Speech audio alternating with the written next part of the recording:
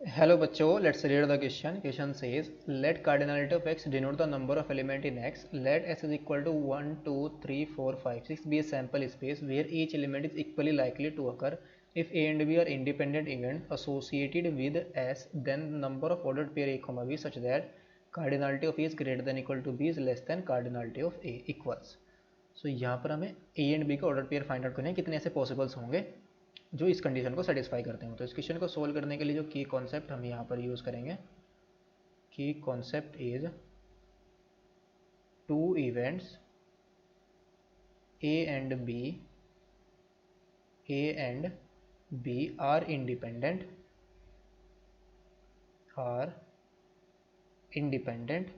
If क्या हो, probability of A intersection b किसके इक्वल हो, प्रोबेबिलिटी ऑफ ए और इनटू प्रोबेबिलिटी ऑफ बी के।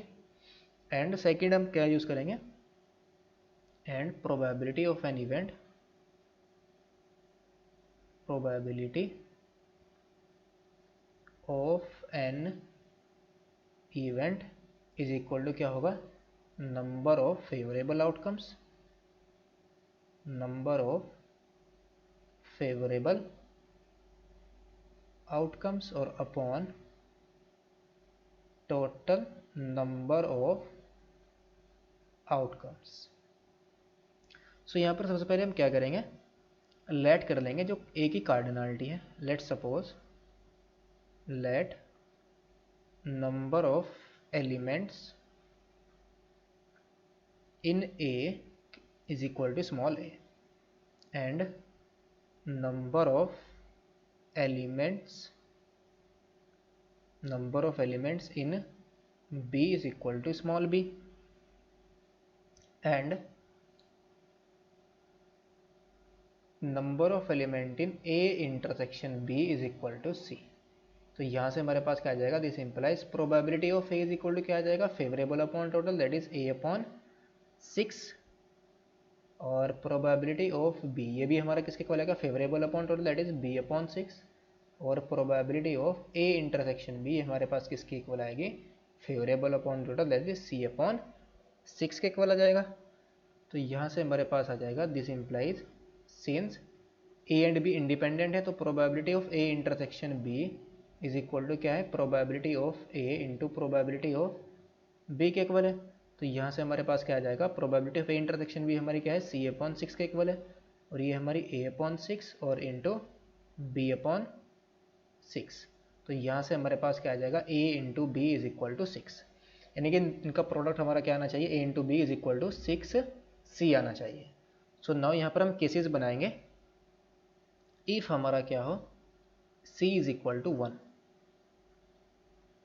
Case first, if c is equal to 1 यानी कि इंटरसेक्शन में कितने एलिमेंट हो, एक ही एलिमेंट हो। तो यहाँ पर इस केस में कौन कौन से एलिमेंट आएंगे, यानी कि यहाँ पर ए केस, ए पार्ट इसका क्या आ जाएगा, a इज इक्वल टू 6 हो, ए के अंदर कितने एलिमेंट हो, 6 एलिमेंट हो और बी में कितने एलिमेंट हो, 1 एलिमेंट।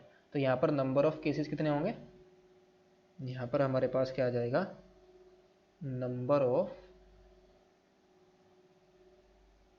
ऑफ वेज कितने होंगे, यानी कि इन सेट को कितने वेज से हम बना सकते हैं। तो नंबर ऑफ वेज ये आ जाएंगे हमारे पास। अब मेरे पास कितने एलिमेंट है, एस के अंदर कितने एलिमेंट है, 1 2 3 यानी कि 6 ही एलिमेंट है। तो ए के अंदर भी कितने एलिमेंट है, कार्डिनलिटी ऑफ ए भी कितनी है, 6। तो 6 में से हम क्या करेंगे, 6 एलिमेंट को चूज कर लेंगे। और इंटरसेक्शन में कितने एलिमेंट है, जो इंटरसेक्शन में एलिमेंट है वही बी के अंदर एलिमेंट है। तो हम क्या करेंगे, अब 6 में से हम कितने एलिमेंट को चूज करना है इंटरसेक्शन में, एक एलिमेंट को, दैट इज 6c1। तो ये हमारे पास 6c6 कितना आ जाएगा, 1 और 6c1 कितना आ जाएगा, 6। तो कितना आया, 6 वेज। इसका बे पार्ट हमारा क्या हुआ, यानी कि ए के अंदर कितने एलिमेंट हो, a इज इक्वल टू 3 हो, बी में कितने एलिमेंट हो, 2 और सी में कितने एलिमेंट हो, इंटरसेक्शन में 1 एलिमेंट। यानी कि सी में तो हम 1 लेके चल ही रहे हैं, इंटरसेक्शन में 1 एलिमेंट है। सो नाउ एस हमारा क्या है, यहाँ पर नंबर ऑफ वेज कितने आ जाएंगे, नंबर ऑफ वेज। एस के अंदर हमारे पास एलिमेंट है 1 2 3 4 5 6। यहाँ पर हमें 3 एलिमेंट चूज करने कार्ड ए की कार्डिनलिटी के लिए, यानी कि ए में 3 एलिमेंट जाने चाहिए। तो 6 में से हम क्या करेंगे, कोई भी 3 चूज कर लेंगे, 6c3। तीन एलिमेंट हमने चूज कर लिए बी ए के लिए, हम बी के लिए हम एलिमेंट चूज करेंगे। अब इंटरसेक्शन में कितने एलिमेंट है, एक एलिमेंट है, यानी कि बी के अंदर जो हमने तीन एलिमेंट चूज करे उनमें से कम एक एलिमेंट, उसमें एग्जैक्टली एक एलिमेंट क्या आना चाहिए, बी के अंदर आना चाहिए, तभी तो इंटरसेक्शन में जाएगा वो। तो जो हमने ये तीन चूज किए, इन तीनों में से हम क्या करेंगे, एक एलिमेंट को चूज कर लेंगे बी के लिए, और फिर हम क्या करेंगे, जो बाकी जो रिमेनिंग, अब तीन तो हमने यहाँ पर 6 में से तीन एलिमेंट चूज करे ए के लिए, फिर इन तीनों में से जो हमने ए के लिए चूज करा उनमें से हमने क्या करा, एक बी के लिए भी चूज करेंगे, बिकॉज इंटरसेक्शन में एलिमेंट आना चाहिए। फिर हम जो एलिमेंट तीन जो रिमेनिंग होंगे बाकी, उन तीनों में से हम क्या करेंगे, एक को चूज कर लेंगे। तो 6c3 हमारा किसके इक्वल आ जाएगा, 6 फैक्टोरियल अपॉन, यहाँ पर हम क्या यूज करें, प्रिंसिपल ऑफ मल्टीप्लिकेशन यूज के, सबके अंदर सभी एलिमेंट को, एक एलिमेंट को भी चूज करना है, बी के एलिमेंट को भी चूज करना, तो एंड यहाँ पर यूज हो रहा है। तो यहाँ पर आ जाएगा हमारे पास 6 factorial upon 3 factorial into 3 factorial, 3c1 कितना जाएगा 3, और इंटू 3c1 कितना आएगा 3। सो ये हमारे पास आ जाएगा 6 इंटू 5 इंटू 4 इंटू 3 फैक्टोरियल से हमारा 3 फैक्टर कैंसिल आउट हो जाएगा, और अपॉन में 3 इंटू 2, एक 3 फैक्टोरियल को ओपन करेंगे, 3 इंटू 2 इंटू 1 और इंटू 3 इंटू 3, तो 3 2 जा 6, और ये आ जाएगा 6 4 जा 5 4 जा 20, और 26 जा 180।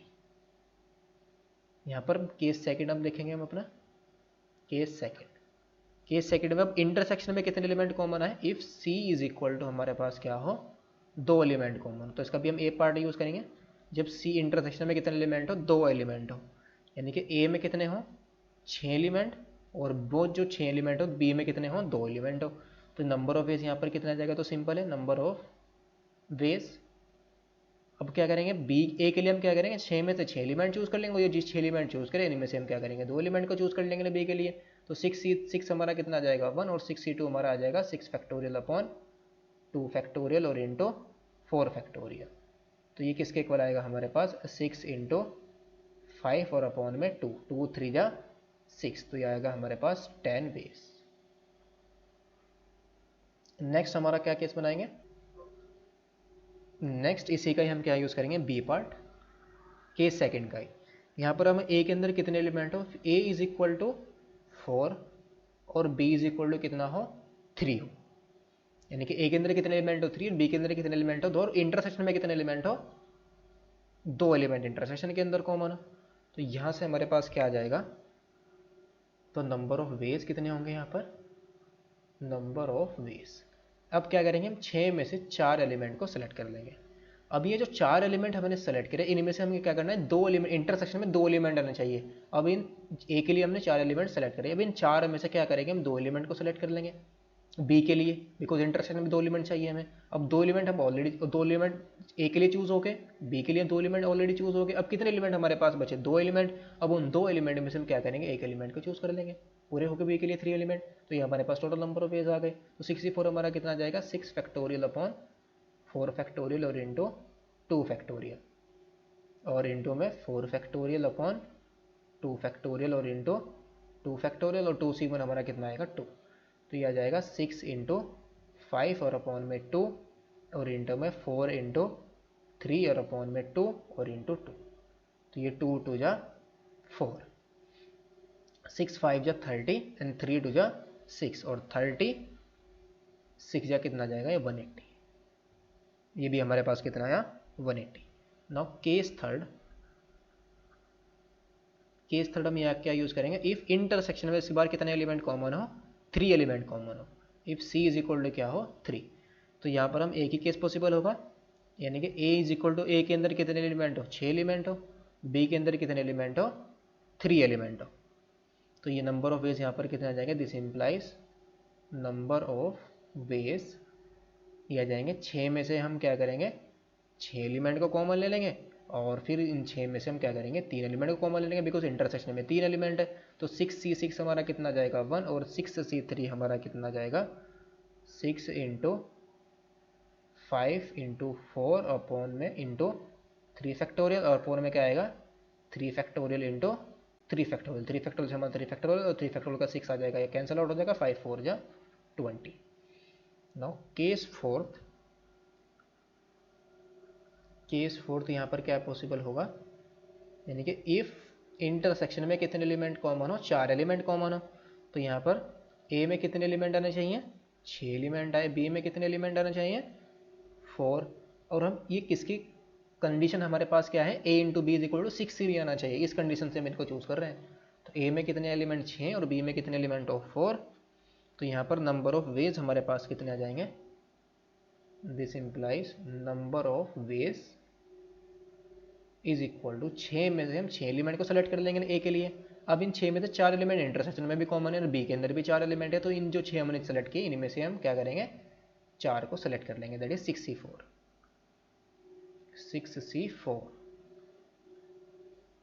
6c6 हमारा कितना आ जाएगा 1, और 6c4 कितना आ जाएगा हमारे पास 6 फैक्टोरियल अपॉन 2 फैक्टोरियल और इंटू 4 फैक्टोरियल। तो ये आएगा हमारे पास 6 इंटू 5 और अपॉन में 2 इंटू 4 फैक्टोरियल से हमारा 4 फैक्टर क्या कैंसिल हो जाएगा, 3 2 3 जा 6 और 5 3 जा 15।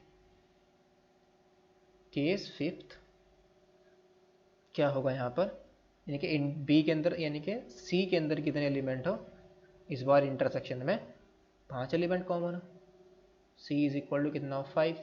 तो ए के अंदर कितने एलिमेंट हो जाइए, बी और बी, ए के अंदर 6 और बी के अंदर भी 5 एलिमेंट।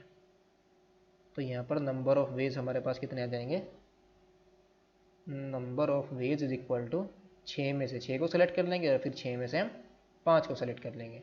तो 66 1 और 65 6, तो ये कितना आ गया 6। तो hence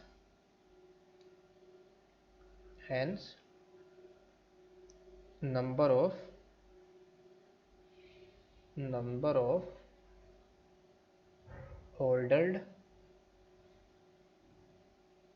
ordered pairs a comma b is equal to क्या आ जाएगा, सबको ऐड कर देंगे, that is 6 plus 180 plus 180 plus 20 plus 15, क्या क्या है हमारा, शुरू स्टार्टिंग में हमारा क्या आया था 10 प्लस 180